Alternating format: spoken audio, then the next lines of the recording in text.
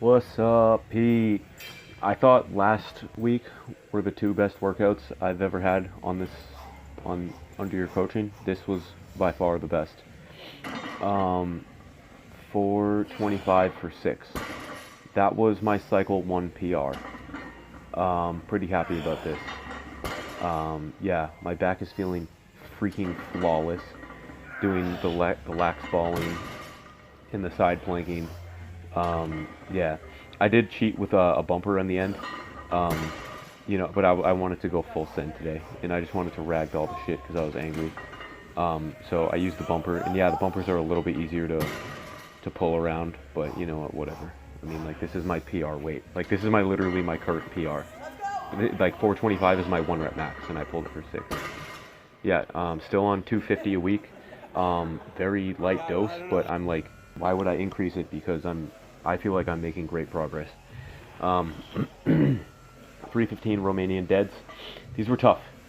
A couple weeks ago, you programmed Dimmel deads, and I smoked those. These were a lot tougher than the Dimmel deads. I kept my knees pretty straight, not locked out, but you know, yeah, you could tell me how I did with these. Set of 12, 315. Great hamstring feel.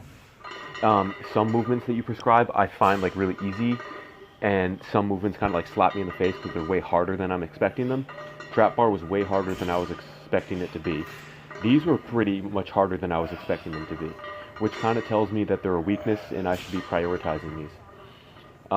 Felt great nonetheless. Um, Other than, if it was like, it felt like, it was good work. Yeah, not much to say about that. That's good. Yeah, it was a good little down set to do after the deadlift AMRAP. We got a new machine, so the weights are a little bit different. Like it used to be a plate loaded, but now this is like the pin loaded weight plate thing. Um, Tell me if you like me cheating like a mofo on these, or if you want me to keep it strict. I keep it strict like as long as I can, which is usually about like 10 reps, and then I just start cheating the hell out of it. And it kind of starts out like a vertical row, and then it kind of turns into like a horizontal row because I lean back so much. I don't know. I know this is just assistance work and it doesn't really matter, but it just feels good like doing upright until I can't anymore, and then just cheating out and just getting like 10 more. Just like, I don't know. Feels good. This is hilarious coming up. My hamstrings were fried after the Romanian deadlifts.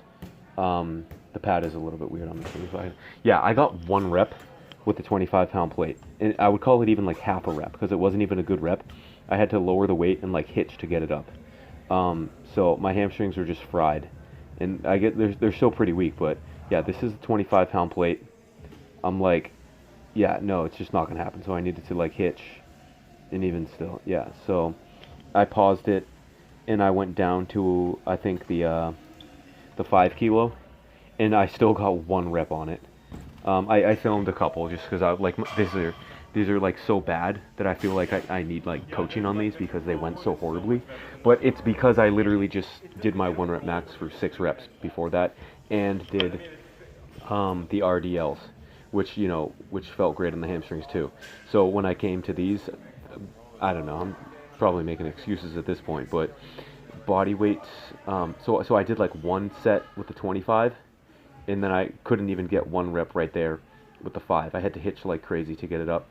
I paused it and then I filmed a body weight set just so you can kind of see how I'm moving with these. Body weight went much better.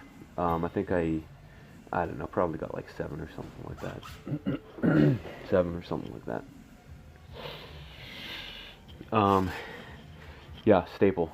Um, yeah, these are a staple. I feel like the RDLs might be a new staple as well. Those were great. That was heavy too. I feel like I could keep better form in like a better mind muscle connection to the hamstring if I were to do the RDLs light. Kind of like you said, there's two different ways of doing glute bridges. I kind of feel like there's two different ways that I could do RDLs. Light and squeeze that in like, you know what I'm saying. Anyways, yeah, I like when you throw different shit at me because like, it's a field that I'm not used to. What else did we get going on here? I thought, yeah, that was, I couldn't pull that one through. Yeah, what do we got? Okay, I went a little bit, you programmed like 115. I just was lazy and didn't want to put weird weight on, so I just did 135. 20 reps. I got 15, paused for a second, got 5 more. Great. Oh, I actually did 3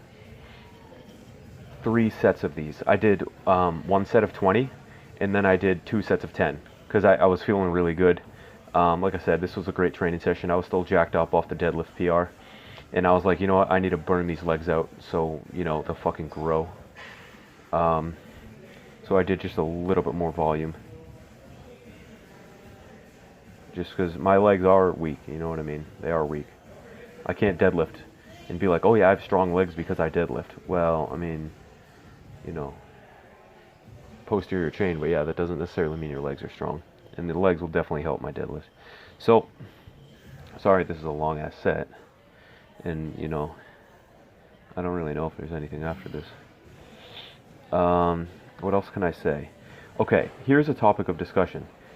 Should I train all out AMRAP because I'm feeling great, and then like be like exhausted and need to take a couple days to recoup my strength, or should I do like 80% consistently?